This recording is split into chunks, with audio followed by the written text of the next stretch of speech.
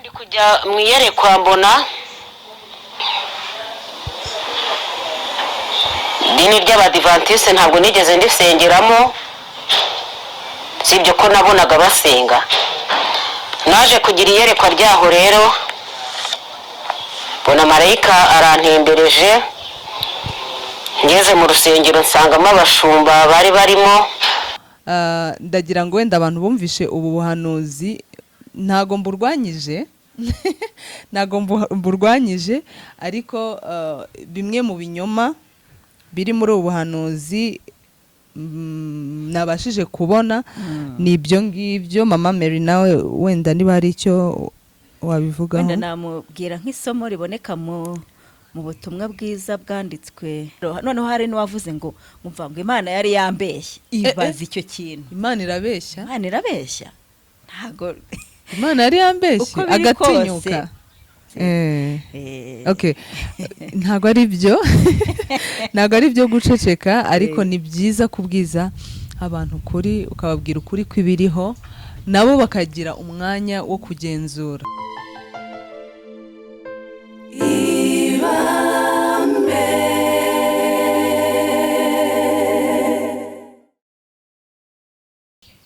Reka dutangire tubaha ikaze inshuti zacu kandi inshuti z'Ibambe Info Network. Tubaha ikaze mu kiganiro cy'uyu munsi, aho waba uherereye hose, haba muri Afurika, haba muri Amerika, haba mu Burayi, haba muri Aziya na Australia. Turabasuhuje cyane, Uwiteka Imana abane namwe. Uyu munsi rero nk'ibisanzwe twaje mu kiganiro, murabibona ko ntari njyenyine, ndi kumwe na Mama Mary mukunda cyane. Ndizera ko tugiye kugirana ibihe byiza kuko tugiye kuganira namwe. Turifuza rero kubona comment zanyu kuri iki kiganiro turi gukora. Muri aho Mama Mary? Uraho neza. Mushobora gusuhuza inshuti zacu? Ni byiza cyane kuba umpaye akanya ngo mbasuhuze. Ndagusuhuje wowe udukurikiye muri uyu mwanya. Turanezerewe cyane kuko turi kumwe, nukuri turishimye kuko udukurikiye. Imana iguha umugisha. Rero aho uherereye hose wiyumvemo ikaze muri iki kiganiro. Urumva ko ntawuhejwe, buri muntu wese yiyumvemo ikaze nk'uri mu rugo. Ntawe turi bwime ijambo kuko comment aho ngaho zirafunguye, ni ikiganiro gifunguye. Turifuza kumva ibitekerezo byanyu. Mama Mary, uyu munsi rero ntago bisanzwe cyane. Uyu munsi ikiganiro tugiye kuvugaho ni ikiganiro kitamenyerewe ahangaha ku Ibambe Info Network, ariko twarebye dusanga ari ngombwa ko tubivugaho cyane rwose. Ndabizi abantu badukurikiye bari kuvuga ati noneho bari abantu bagiye kuvuga ibiki. Ariko muhumure inshuti zacu, ntago twabicisha amatsiko. Tugiye kuganira ikiganiro gisa n'igiteye urujijo, natwe duteyeho urujijo.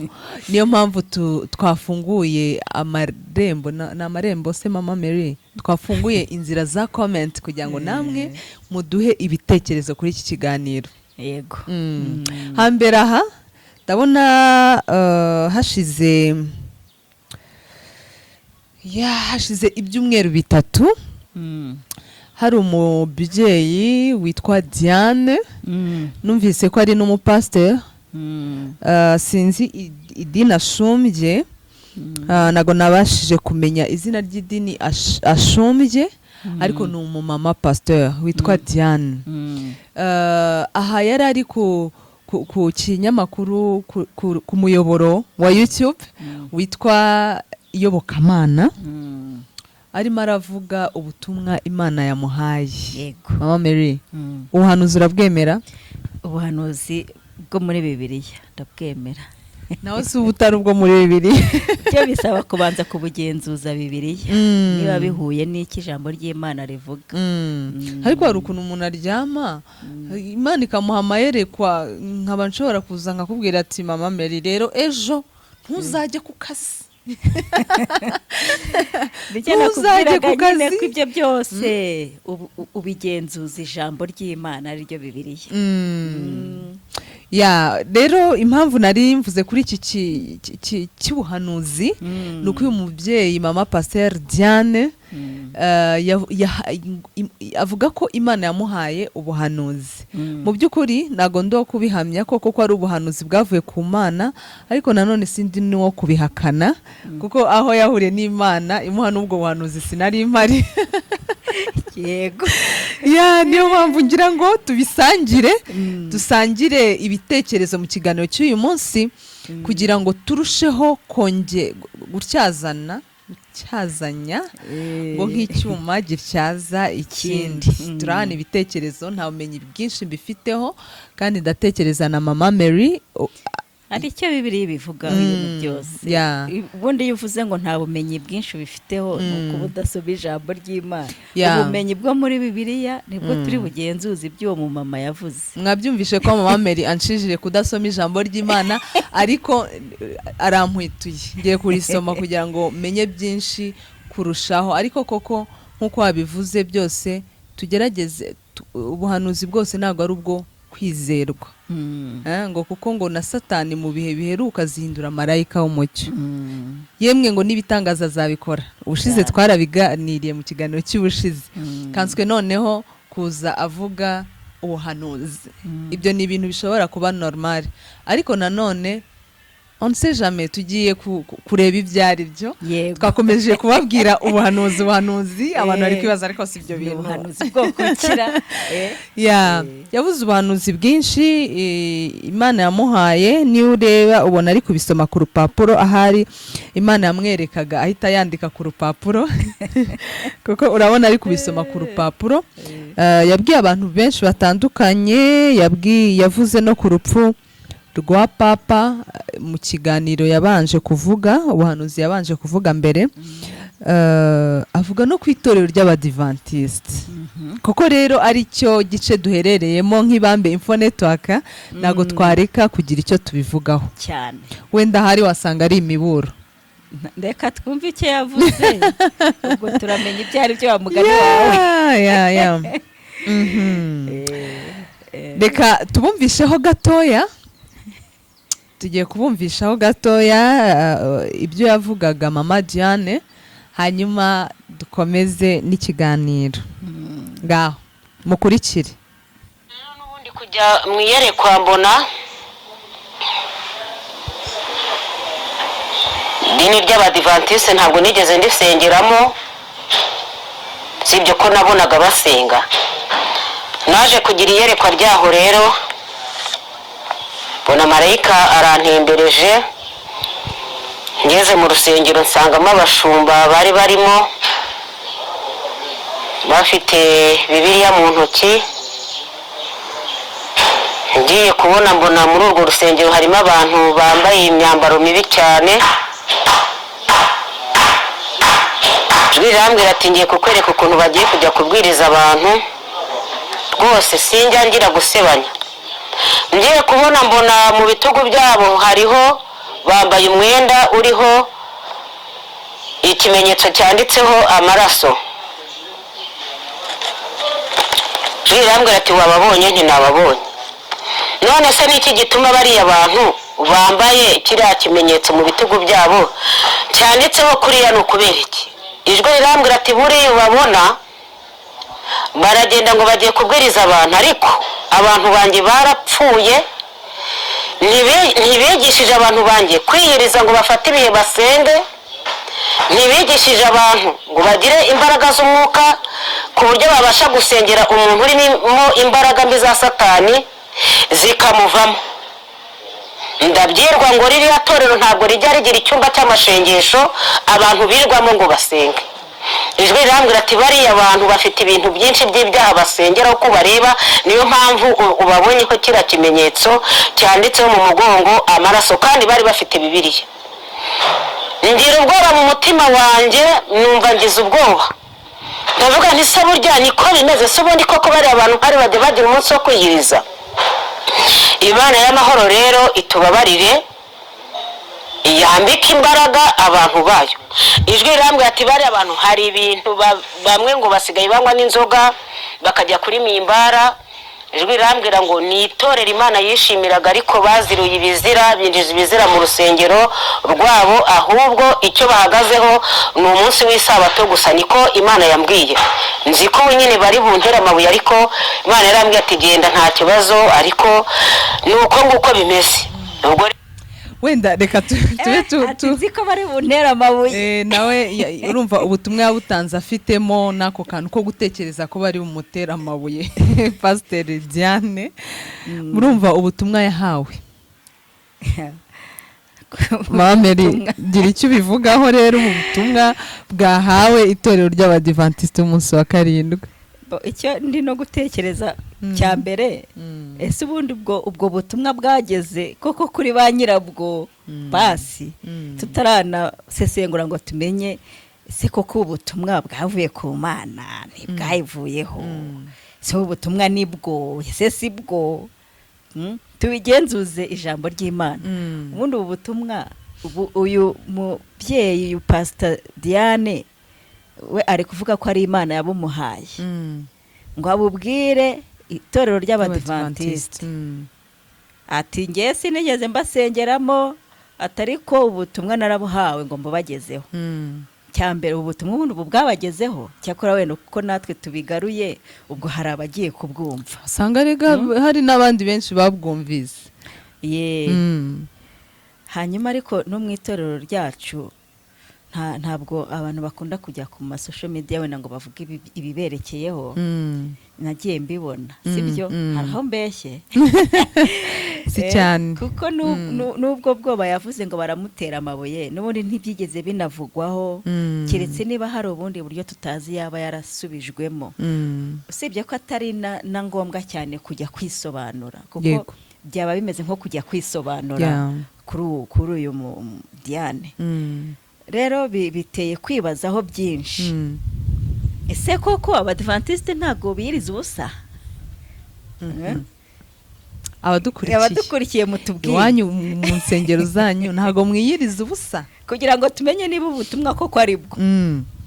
Ntibaravuga ukuri koko. Koko ntabwo twiyiriza ubusa. Kumenya ifite mu itorero ry'Abadiventiste, usibye no kwiriza ubusa ku umuntu ku giti cye, wenda uwo ni umwanzuro we, ariko dufite n'abandi bantu bagira igihe cyo gusenga no kwiriza ubusa.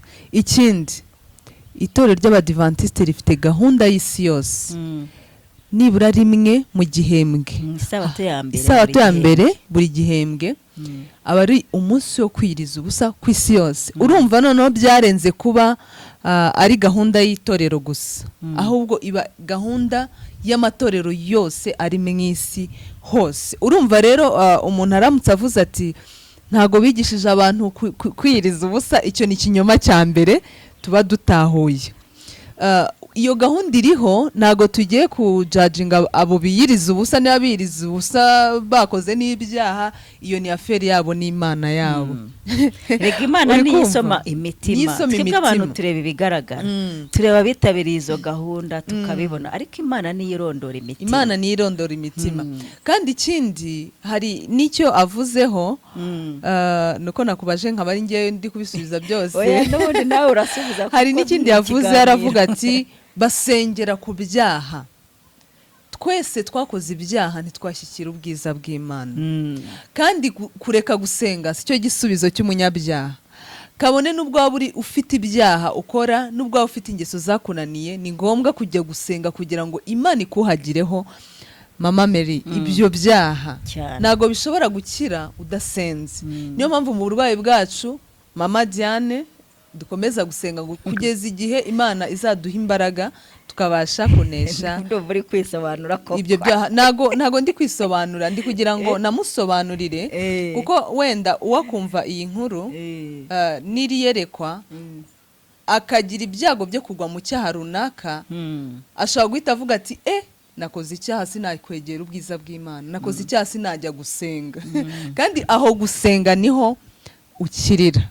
Rero ndagira ngo wenda abantu bumvishe ubu buhanuzi, ntago mburwanyije ntago mburwanyije, ariko bimwe mu binyoma biri muri ubu buhanuzi nabashije kubona ni ibyo ngibyo. Mama Mary nawe wenda niba hari icyo wabivugaho. Wenda namubwira nk'isomo riboneka mu butumwa bwiza bwanditswe na Yohana, ubutumwa bwiza bwa Yesu, Yohana igice cya 10 umurongo wa 27. Hari amagambo avuga ngo intama zanjye zumva ijwi ryanjye, ngo nanjye ndazizi, ngo kandi zirankurikira.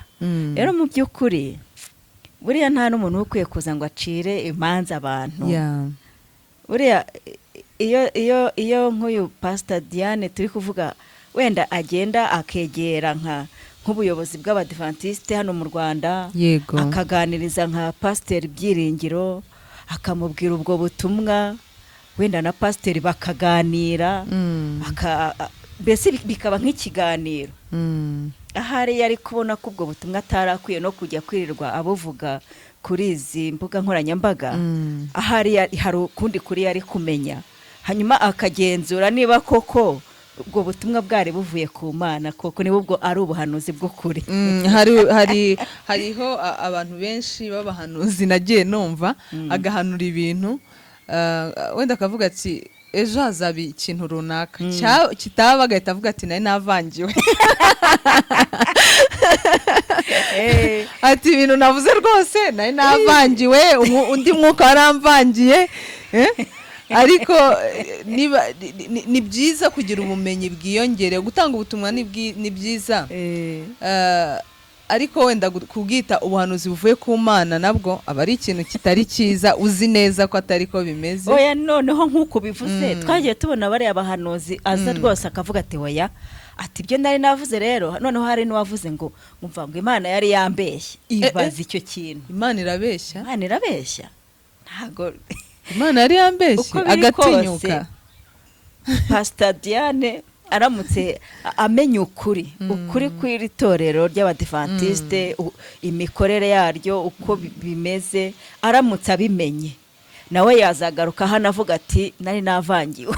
Niko mbibona, simbizi. Ariko wenda nk'umuntu abashije kubitekereza, wenda kuri bike tuzi bikorwa nk'uko twabivuze, hari ikindi cyabikurikira. Bye byose imvugo yahinduka, cyangwa se akagorora ubwo buhanuzi niba koko bwaravuye ku Mana.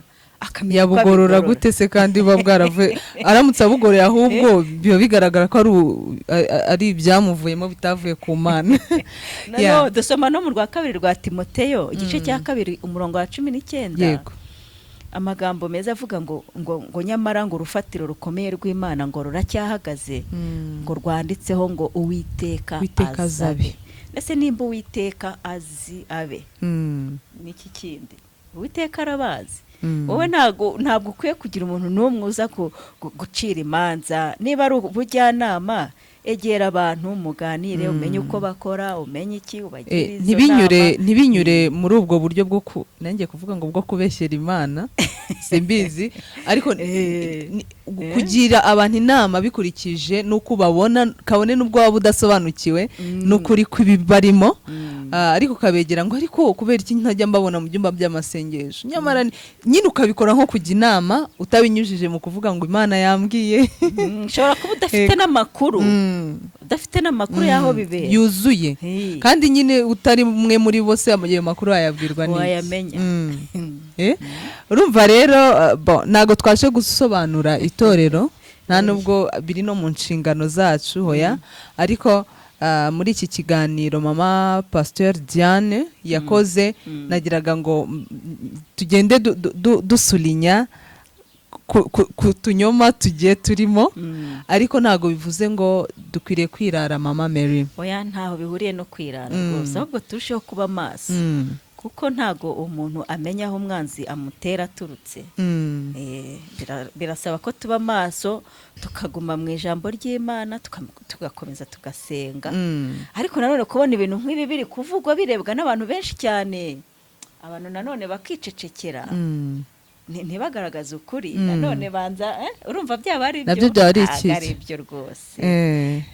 Okay, ntago ari byo ntago ari byo guceceka, ariko ni byiza kubwiza abantu ukuri, ukababwira ukuri kw'ibiriho, nabo bakagira umwanya wo kugenzura bakavuga ati se uyu ko yavuze atya uyu nawe akavuze atya ubundi ukuri kuri hehe icyo gihe biguha inshingano zo gushakashaka ukuri kandi ukuri nta handi tugushakashakira usibye mu byanditswe byera ngo batazavuga ibihwanye n'iryo jambo nta museke uzabatambikira bivuze ngo rero ijambo ry'Imana niryo tugenzuza byose byo mama Mary hari ikintu uvuzeho ngo nta umenya aho umwanzi atera aturutse ntihagire ubyitiranya wenda ngo mutekereze ko umwanzi tuvuze ari Pastor Diane hoya umwanzi tuvuga ni Satani Satani atera urujijo mu bantu akabayobesha uburiganya ariko mama Mary uribuka ko Satani ari umuriganya kuva na kera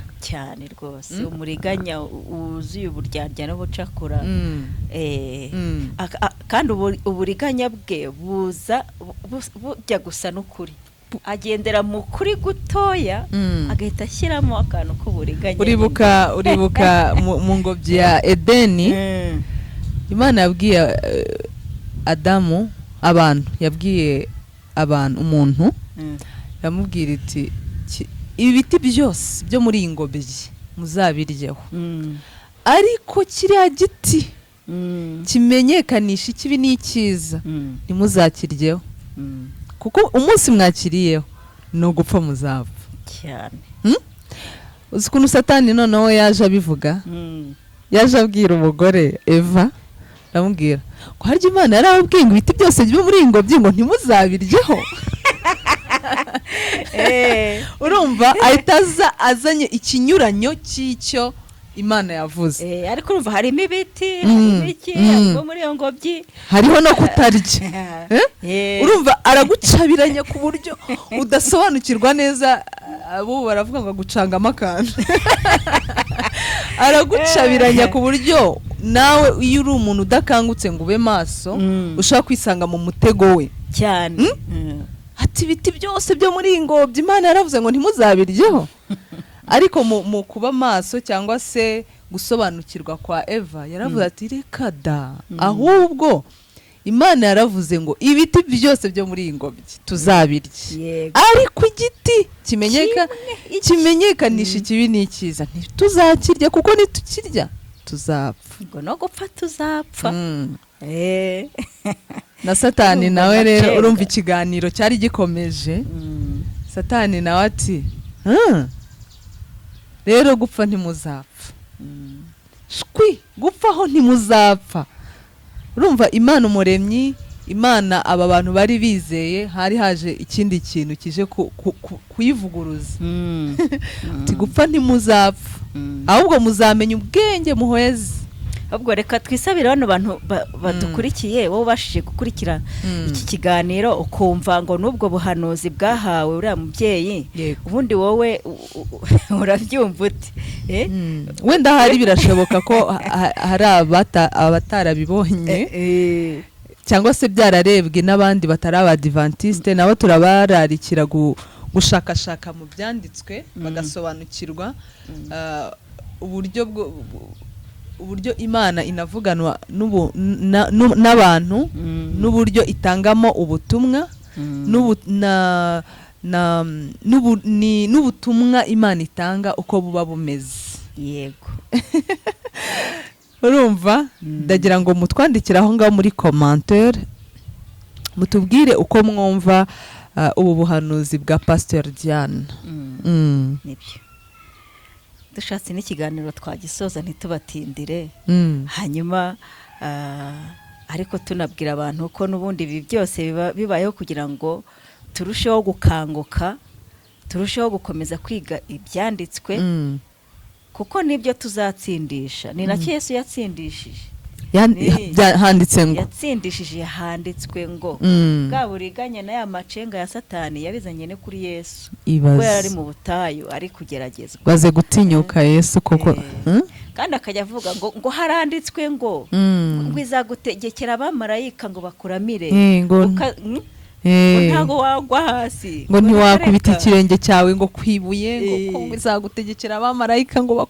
kandi koko biranditse urumva amacenga ariko kuko Yesu ari we jambo ryari muri we kandi ijambo ni we urumva rero ko natwe dufite yamusubirishaga handitswe mu rwego rwo gutsinda uburiganya bwa Satani natwe dukwiriye gusoma ijambo ry'Imana nk'uko Mama Mary yatangiye abivuga kugira ngo natwe tujye tubasha gutsinda ibyo bishuko n'imitego ya Satani cyane no kuguma ku mavi gusenga no gusoma ijambo ry'Imana ariko nanone ndi kintu navuga tugeze mu gihe dukeneye gusenga no kwiyomatanya n'Imana cyane biruseho kugira ngo tutarangazwa n'ibyo byose, tutarangazwa n'ubwo buhanuzi, tutarangazwa n'ibyaduka byose n'imyizerere yadutse tutazi aho ivuye n'umugambi wayo. Ni igihe cyo gushikama ku Mana no gusenga tukicekinga ko ibimenyetso biragaragaza ko ibihe byagiye. Mama Mary cyane tugomba kwigenzura tukora niba tukiri mu byanditswe niba tukiri kuri rwa rufatiro kugira ngo Kristo naza azasange kwizera kukiri muri twebwe. Nawe icyo kibazo arakibaje, se umwana w'umuntu naza azasanga kwizera kukiri mw'isi? Yari abizi neza ko mu bihe biheruka hazaba ibihe birushya bishobora gukura abantu mu byizerwa. Ndatekereza rero nta bintu byinshi dufite cyane byo kuvuga kuri iki ngiki, gusa nuko twabonye ikiganiro twumva ni ngombwa ko ako kantu tukavugaho, ariko nanone nta kwirara ni ugusenga cyane, ni ukwiga ijambo ry'Imana cyane, tukarushaho kongera ubumenyi. Reka tubasezere rero ikiganiro uyu munsi. Ndatekereza ko comment muri buze kuduha ibitekerezo byanyu, kandi ni ukuri nk'uko dusanzwe tubabwira twishimira kubona ibitekerezo byanyu muri comment. Nibwo tunamenya ko n'ibiganiro mwabikurikiye iyo muduhaye iyo comment. Dore nk'ubu ngubu hari umuntu wicaye hari afite ubumenyi burenze n'ibyo twavuze. Iyo ubwanditse rero aho ngaho muri comment uba utanze umusanzu wawe. Ngaho rero reka tubasezere. Bye, turabakunda. Bye, murakoze cyane.